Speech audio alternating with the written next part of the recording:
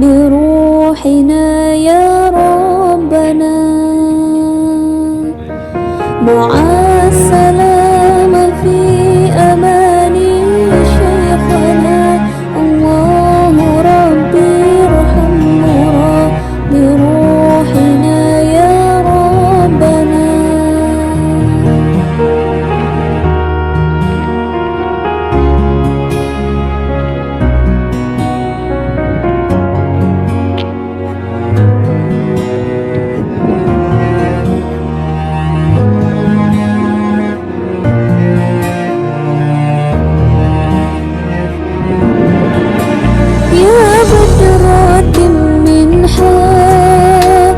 كل كمالي بدا يعبر عن علاك مقالي. Assalamualaikum warahmatullahi wabarakatuh. Yang terhormat dosen penguji uji kinerja PPG Darjat Angkatan 2 tahun 2021. Perkenalkan, nama saya Muhammad Syahrul Mubarak. Saya guru di MTS Al-Ikhlas Kluwut, Kecamatan Bulakamba, Kabupaten Brebes, Provinsi Jawa Tengah. Pada kesempatan kali ini, saya akan melakukan praktek pembelajaran untuk memenuhi ujian kinerja PPG Darjat tahun 2021 Angkatan 2 dengan mengambil tema sholat 5 waktu pada kelas 7 semester ganjil. Demikian, wassalamualaikum warahmatullahi wabarakatuh. Selamat menyaksikan.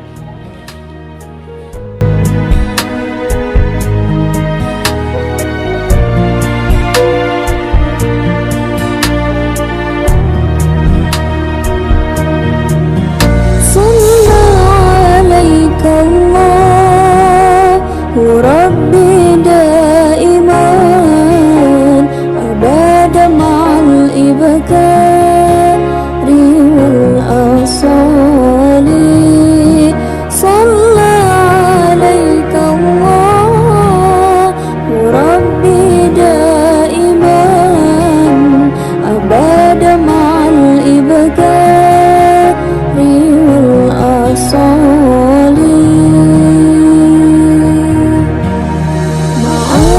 سلامة في أمان شيخنا الله ربي ارحمنا بروحنا يا ربنا. Assalamualaikum warahmatullahi wabarakatuh. Waalaikumsalam warahmatullahi wabarakatuh. Gimana kabar pagi hari ini? Sehat semuanya? Sudah makan? Sudah. Alhamdulillah. Sehat ya? Sehat. Mari kita belajar bersama-sama dengan kondisi badan yang sehat. Mudah-mudahan nanti kita semuanya mendapatkan ilmu yang bermanfaat. Allahumma Amin. Sebelum kita mulai pelajaran pada pagi hari ini, mari kita berdoa bersama-sama. Semoga apa yang nanti kita mendapatkan kemanfaatan ilmu dan keberkahan ilmu dari Allah Subhanahu wa Ta'ala. Untuk doa, ketua kelas silakan dipimpin. Doa mulai. Bismillahirrahmanirrahim. Raditu billahi robba wa bil islami dina wa bi Muhammadin nabiyya wa rasulah. Rabbi zidni ilma warzuqni fahma. Amin ya rabbal alamin. Amin. Ketua untuk memulainya.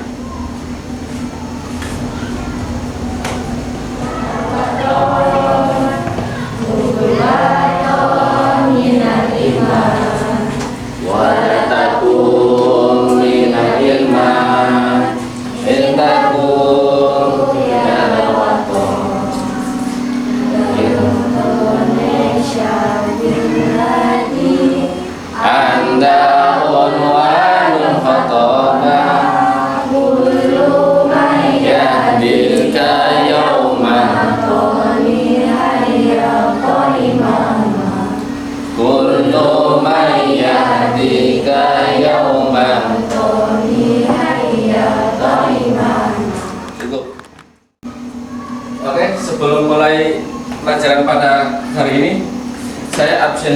kehadirannya?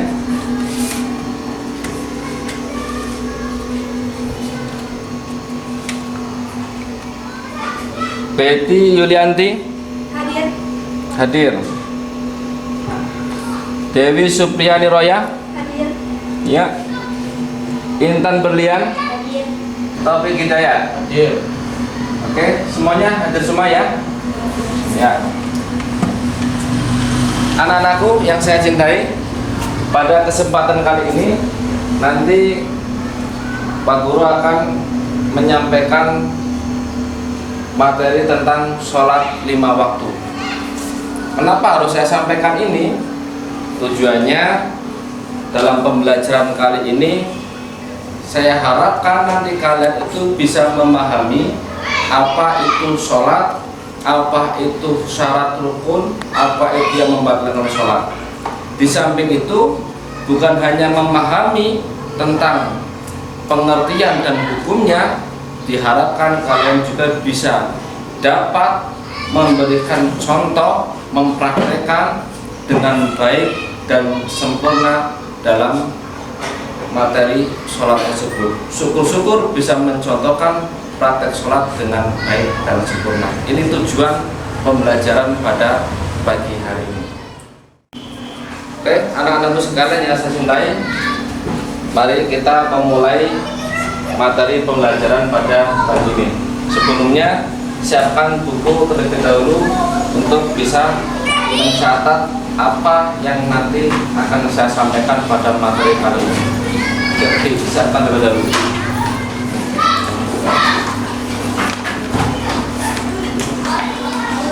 Sudah? Siapkan buku dan alat tulis? Ya. Perhatikan. Pada kesempatan kali ini kita akan membahas tentang sholat 5 waktu. Dalam pembahasan sholat 5 waktu ini, ya, itu kita harus memahami terlebih dahulu pengertian sholat itu apa. Apa itu pengertian sholat? Di samping itu ada ketentuan-ketentuan dalam sholat. Nah, coba diperhatikan. Ini gambar apa? Gambar praktek gerakan dalam sholat. Ada yang ruku, ada yang lagi duduk, ya, tasyahud, ada yang lagi takbir, ada yang sholat dengan cara duduk, ada yang sholat dengan cara duduk, ya. Nah, ini gambar sholat. Yang harus kita perhatikan terlebih dahulu itu pengertian sholat harus kamu pahami. Apa itu sih sholat? Terus ketentuan-ketentuan dalam sholat. Sebab ketentuan dalam sholat itu akan mempengaruhi sah atau tidaknya, batal atau tidaknya, bahkan diterima atau tidaknya sholat sesuai dengan kacamata syariat. Lanjut. Pengertian sholat, coba perhatikan. Sholat itu apa? Sholat secara bahasa artinya doa atau permohonan. Permohonan yang diminta oleh seorang hamba kepada Rabbnya, kepada Tuhannya. Kalau yang meminta seorang hamba kepada Tuhan yang namanya doa. Tapi kalau yang minta adalah seseorang kepada orang lain namanya permintaan. Bahasanya berbeda.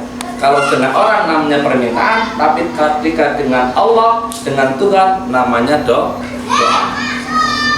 Secara istilah apa sholat itu? Jadi lihat, secara istilah adalah ibadah yang tersusun dari mulai ucapan dan perbuatan yang dimulai dengan takbiratul ihram. Itu sholat. Jadi awalnya itu takbiratul ihram. Ketika kita niat sholat, usolli fardhu zuhri arba'a raka'atin mustaqbil qiblati. Ketika jadi imaman, ketika jadi makmuman lillahi ta'ala, takbiratul ihram, Allahu Akbar. Inilah awal dari pelaksanaan sholat yang kemudian diakhiri atau ditutup dengan salam. Salam yang pertama, assalamualaikum, itu sudah merupakan penutup sholat. Salam yang kedua, hukumnya sunnah. Jadi pahami ya. Nah, kemudian ketentuan sholat. Ketentuan sholat yang pertama ada syarat sahnya sholat dan ada syarat wajib sholat. Perhatikan, apa itu syarat sahnya sholat? Syarat sahnya sholat diantaranya harus suci dari hadas kecil dan hadas besar. Contohnya apa? Suci dari hadas besar ketika kita kencing, ya, kita pipis, berarti kita punya hadas kecil.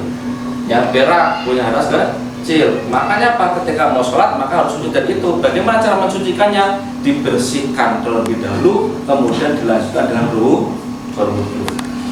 Suci badannya suci, harus bersih. Jangan sampai badan itu terkena najis. Kalau badan kita terkena najis, maka harus dibersihkan dengan cara mandi.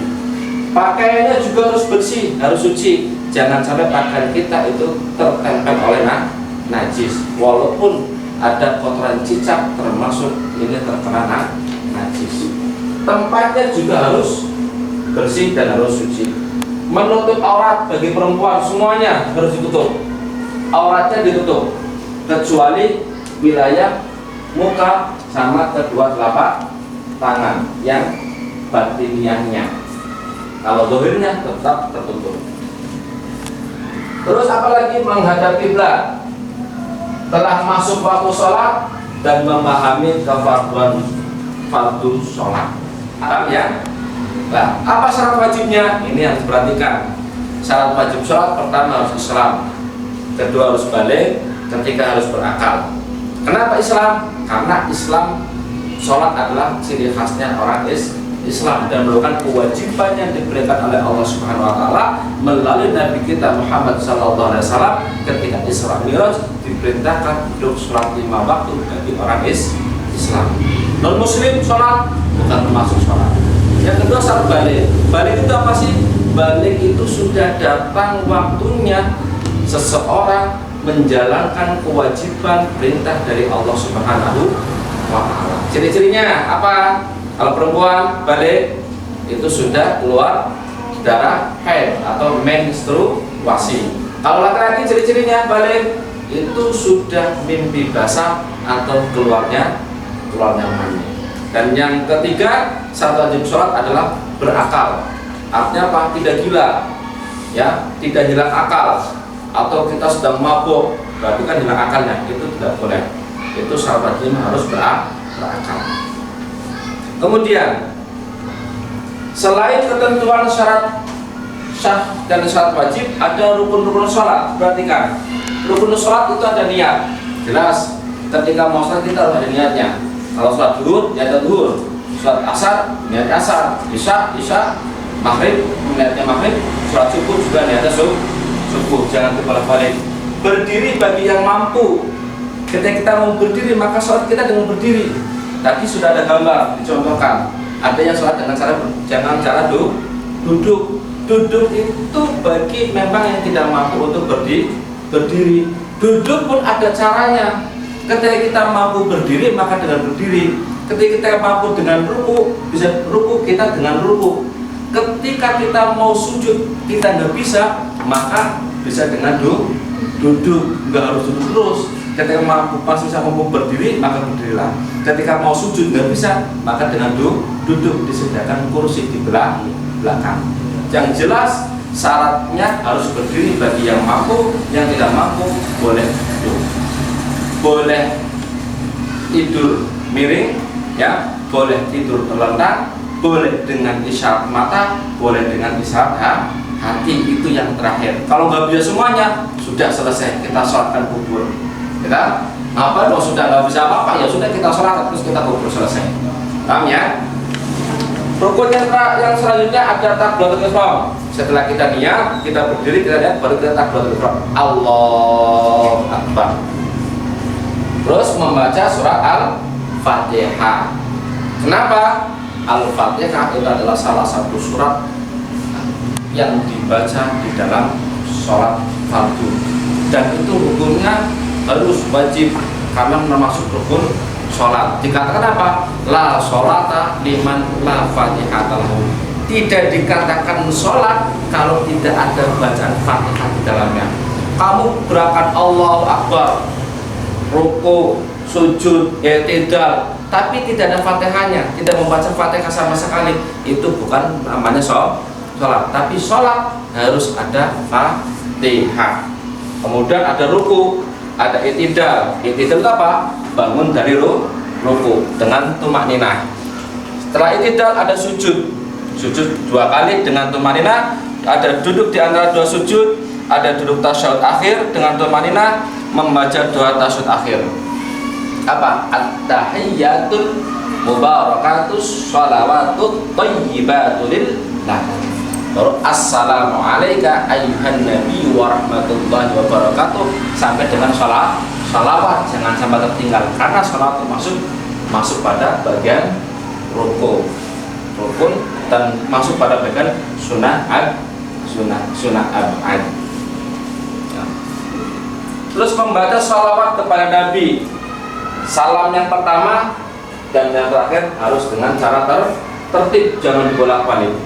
Dari urutan yang pertama, yang kedua, ketiga sampai yang terakhir harus tertib. Ini rukun sholat. Nah, ini sunnah sholat. Sunnah sholat itu ada sunnah ab'ad, ada sunnah hayat. Apa sih sunnah ab'ad? Sunnah ab'ad itu apa? Ada yang tahu nggak? Sunnah ab'ad itu apabila kita tidak mengerjakannya atau meninggalkannya, maka harus diganti dengan sujud syahwi. Contoh, membaca dan duduk tasyahud awal. Ketika kita tidak tasyahud awal, rakaat kedua kan harusnya tasyahud awal ya. Tapi kamu langsung berdiri. Ketika berdiri, rakaat ketiga ingat, oh saya belum tasyahud awal tadi. Maka harus diganti dengan sujud syahwi. Kapan pelaksanaannya sujud syahwi itu? Pelaksanaannya pada waktu rakaat terakhir sebelum salam.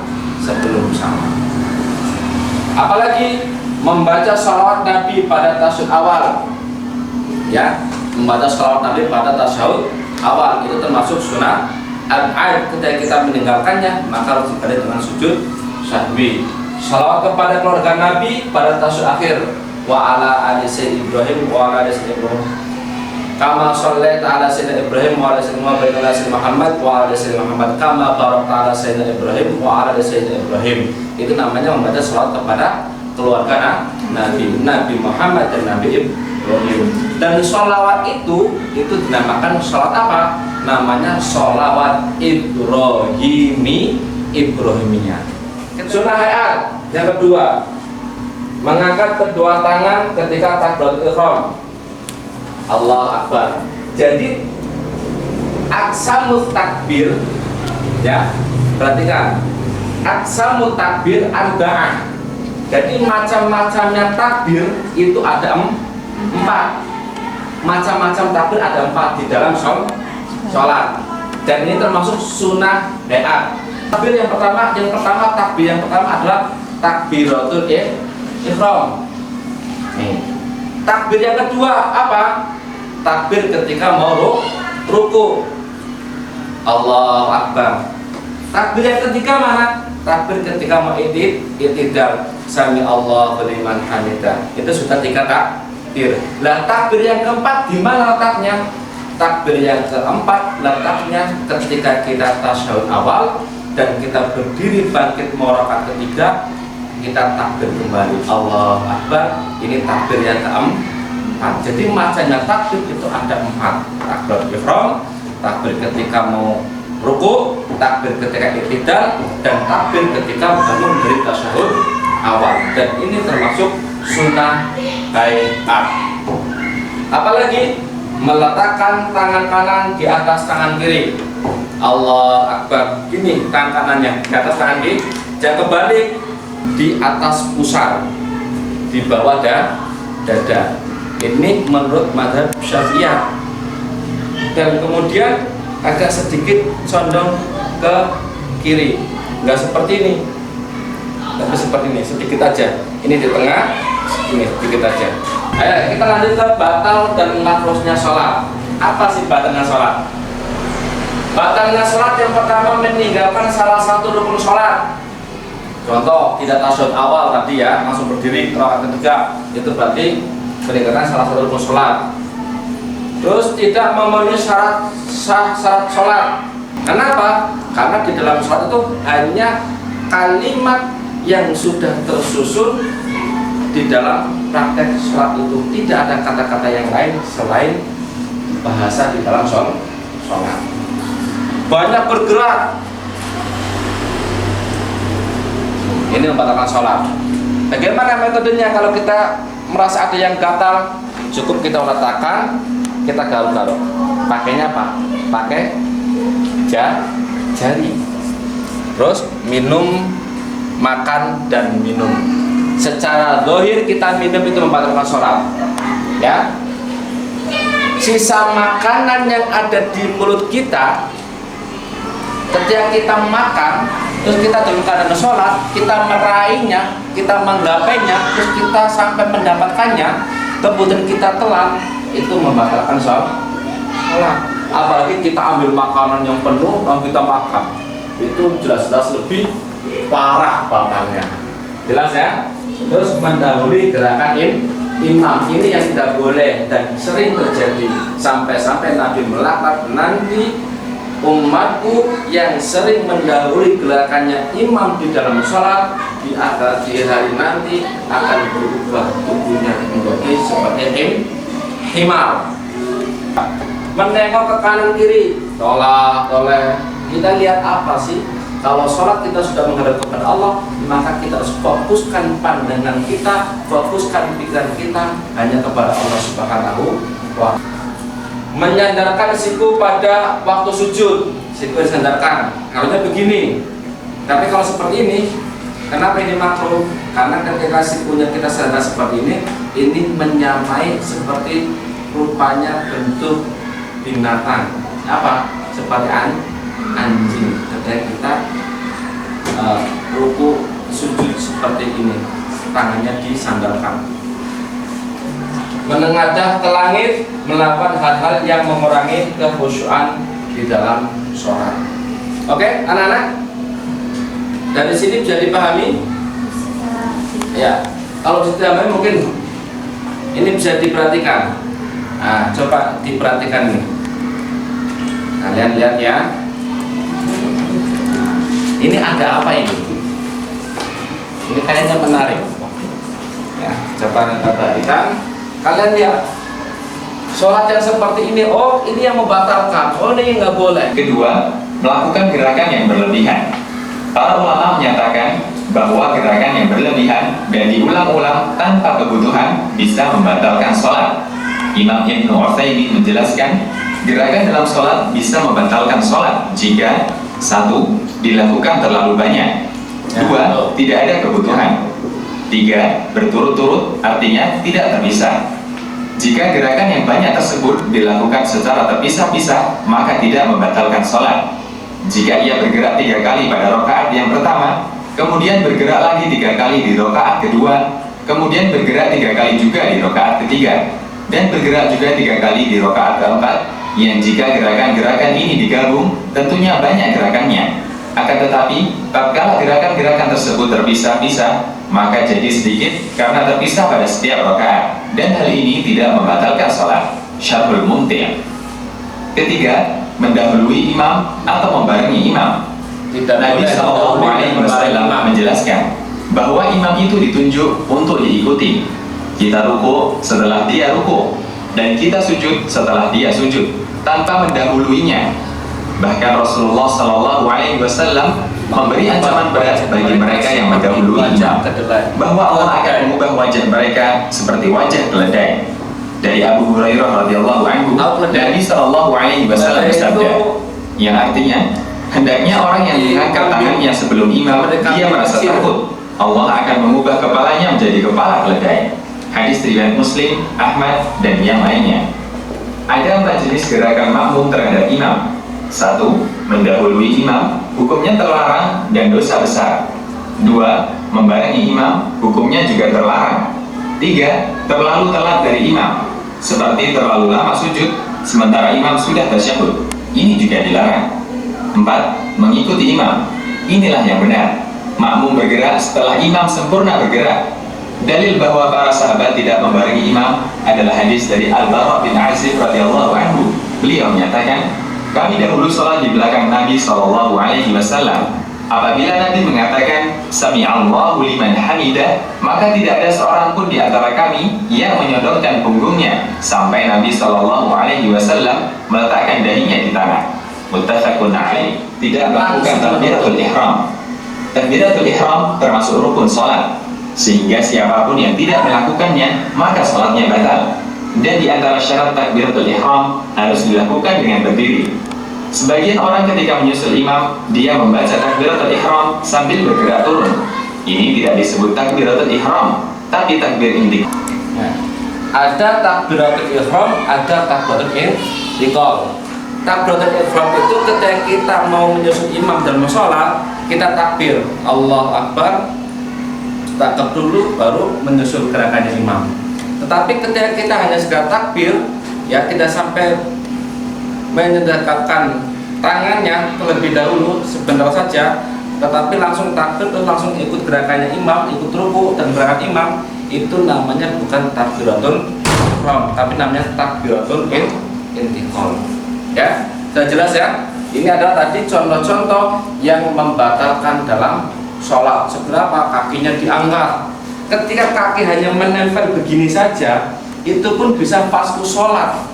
Bisa fasku sholat, rusak sholatnya. Ketika rusak sholatnya berarti mengurangi pahalanya sholat. Tetapi kalau disengaja malah justru bisa membatalkan sholat.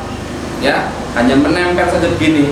Kalau itu kan ditekuk, ya. Karena pada kita mustaqbilal qiblati. Ketika menep ini berarti kita menghadap kiblat. Ketika tidak ditekuk hanya menempel, ini berarti tidak sesuai dengan niatnya kita mustaqbilal kiblat. Paham ya? Ini saja bisa fasku sholat, bisa mubdilatus sholat, bisa rusak sholatnya, bisa batal sholatnya. Dari sini bisa dipahami? Bisa dipahami? Oke, kalau bisa dipahami, mungkin ada yang mau ditanyakan? Oke, dari sini ada yang mau ditanyakan? Silakan. Saya mau tanya. Oh ya, silakan, Ana. Sholat itu kan harus merapatkan softnya. Kemudian fenomena yang terjadi sekarang di masa pandemi ini, Iya. sholat itu harus berjaga jarak. Iya, betul. Bagaimana tata cara dan hukum sholat tersebut? Oh iya. Oke, terima kasih Saudara Ana. Oke, dari teman-teman ada yang mau bisa menjawab? Ya Pak, Oh ya, Taufik, silakan. ketentuan sholat itu harus rapat softnya. Iya. Jadi ketika sholat dengan jaga jarak itu tidak diperbolehkan. Artinya hal tersebut tidak sah. Saya tidak setuju Ya. karena sholat di masa pandemi itu bertujuan untuk menghindari dari tertularnya penyakit. Oh, iya. Jadi menurut saya Iya. diperbolehkan dan sah-sah saja sholatnya. Begitu. Oh iya, sah berarti ya. Pak, saya hanya mau mempertegas pendapat Iraja Ningsih Oh iya, gimana? bahwa pendapat Iraja Ningsih itu benar, Iya. bahwa hukum sholatnya itu sah. Karena di masa darurat COVID-19 ini, pernyataan ini telah dipersetujui oleh ketua PBNU, yaitu Kiai Haji Profesor Dr. Sayyid Abil yang telah mengesahkannya. Oh iya, terima kasih dari Saudara Mega. Tadi bukan Said Abil ya, Said Adil Siraj yang betul. Terima kasih dari pertanyaannya Mbak Ana, dari Mas Taufik, dari Mbak Tiara sama Mbak Mega. Betul yang disampaikan oleh Mbak Tiara sama Mbak Mega. Mbak Mega mempertegas bahwa sholat pada masa pandemi itu dengan berjaga jarak softnya, yang nggak mepet tapi berjaga jarak itu diperbolehkan. Karena apa? Karena memang lagi darurat masa situasi kondisi pandemi COVID-19. Tujuannya apa? Ketika dijaga jarakkan agar kita tidak tertular penyakit yang mematikan tersebut. Dan itu juga betul disampaikan oleh Mbak Mega. Tadi Mbak Mega menegaskan itu sudah ditegaskan oleh Ketua Umum PBNU Kiai Haji Profesor Dr. Sayyid Abil Siraj. Diperbolehkan dan sah hukumnya sholat dengan berjaga jarak 1 meter. Begitu, sederhana, bisa dipahami ya? Bisa Pak. Ya, bisa dimengerti? Oke. Oke, bisa dipahami? Bisa dimengerti ya? Baik, ada yang lain? Cukup? Cukup. Oke, kalau cukup, saya minta waktu kali ini kalian bikin kelompok. Kita berdiskusikan materi pada kesempatan kali ini, yaitu materi sholat. Ayo, kita berkelompok.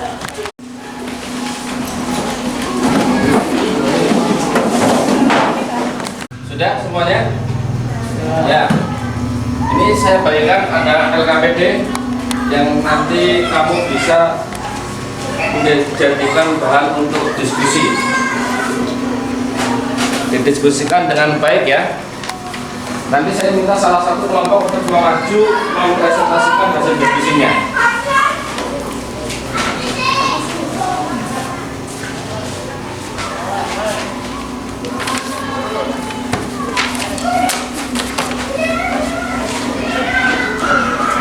Oke, semua sudah dapat? Ya. Silakan bisa dimulai untuk diskusinya. Oke, semua sudah selesai diskusinya? Sudah. Ini sudah?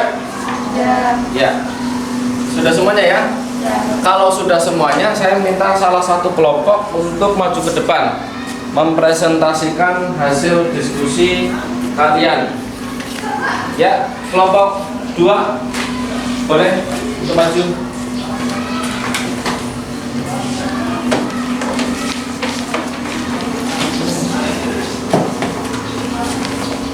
Ya, silakan.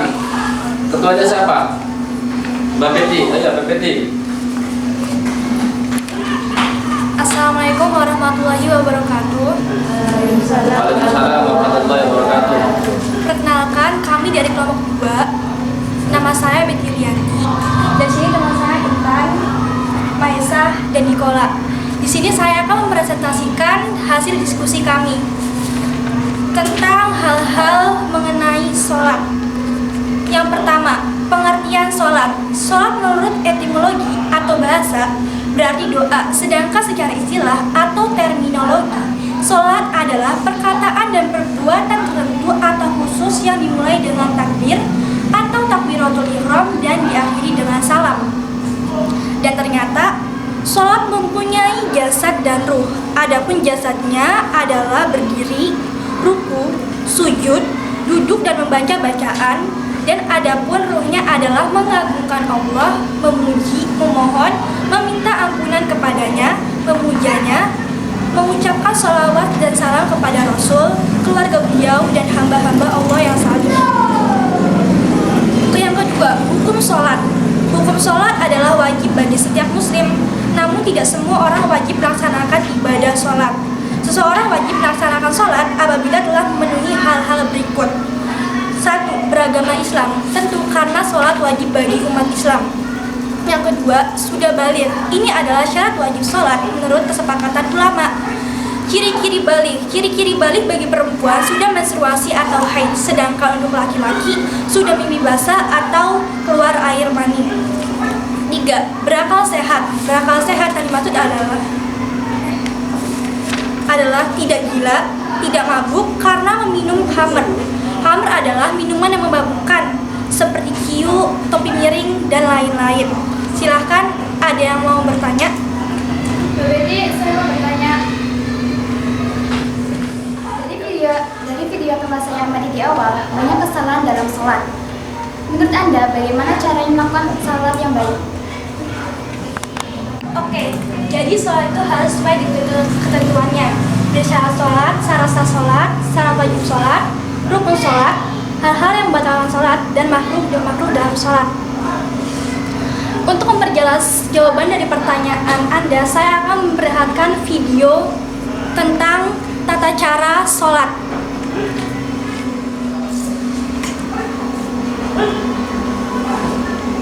Ini adalah tata cara sholat yang baik dan benar menurut mazhab Syafi'i. Silahkan disimak. Bismillahirrahmanirrahim. Assalamualaikum warahmatullahi wabarakatuh.